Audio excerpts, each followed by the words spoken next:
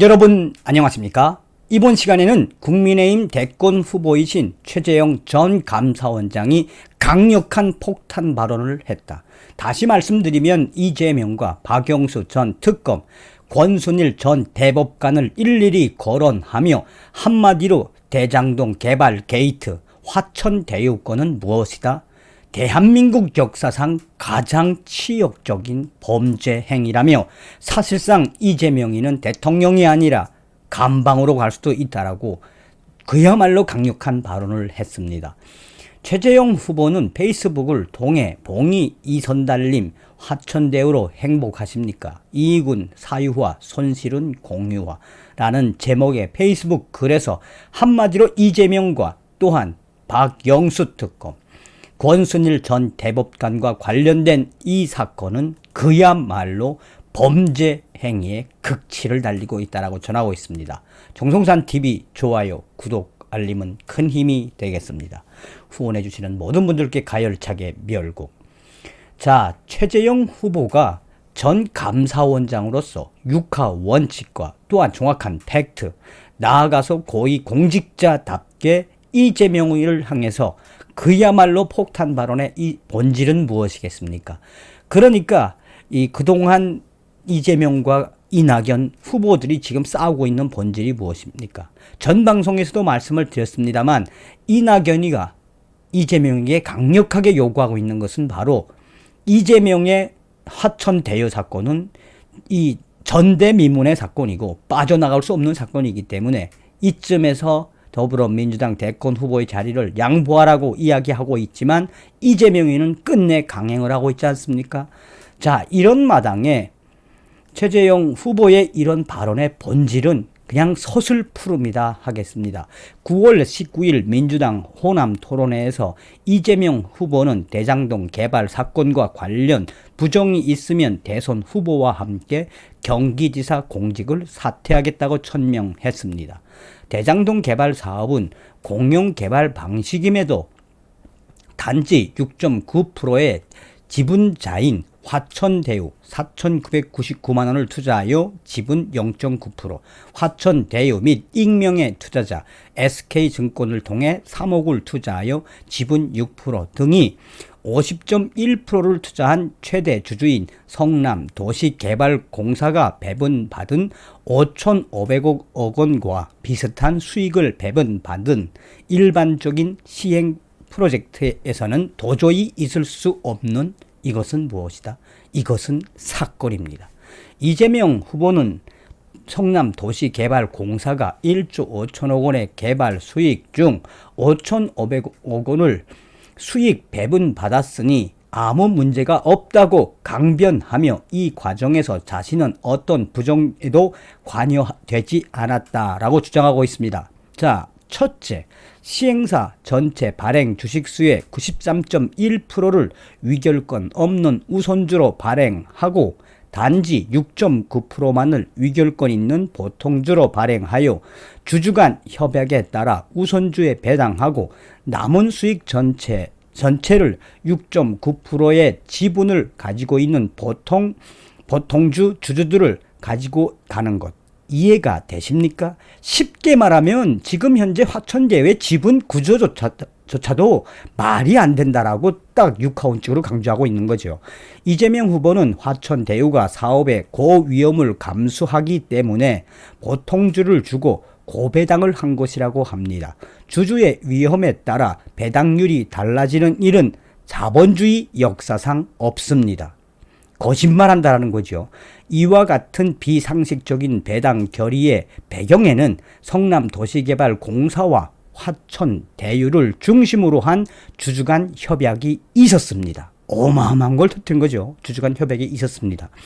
그러나 이는 주주 간 협약이 아니라 우선주 주주들이 나머지 이익을 포기한다는 권리 포기 선언입니다. 이러한 계약을 체결한 성남도시개발공사의 당시 계약 담당뿐 아니라 최초 배당 이후 현재까지의 위 공사 대표 및 임원들은 업무상 배임 책임으로부터 자유로울 수 없습니다. 성남도시개발공사 너희들 큰일 났다라고 이야기하는 거죠. 이 과정에서 최대 주주들인 성남도시개발공사 및 하나국민기업은행에 어떤 외압이 있었는지 수사해야 합니다. 둘째, 앞서 지적한 것처럼 화천대유는 자산관리 전문이지만 언론인과 법률가가 다수 연관되어 있습니다. 화천대유의 고문을 맡았다는 권순일 대법관은 2020년 이재명 경기지사의 공직선거법 위반 혐의에 대한 대법원 전원 합의체 판결에서 무죄 취지 의견을 낸 후 4개월 후인 11월 화천대유 자산관리 고문의 이름을 올리고 월 1,500만 원의 자문료를 받았습니다. 권순일 대법관은 전화 자문 정도만 했다고 하고 있는 반면 화천대유 대표는 월 1,500만 원에 상하는 일을 열심히 했다고 합니다.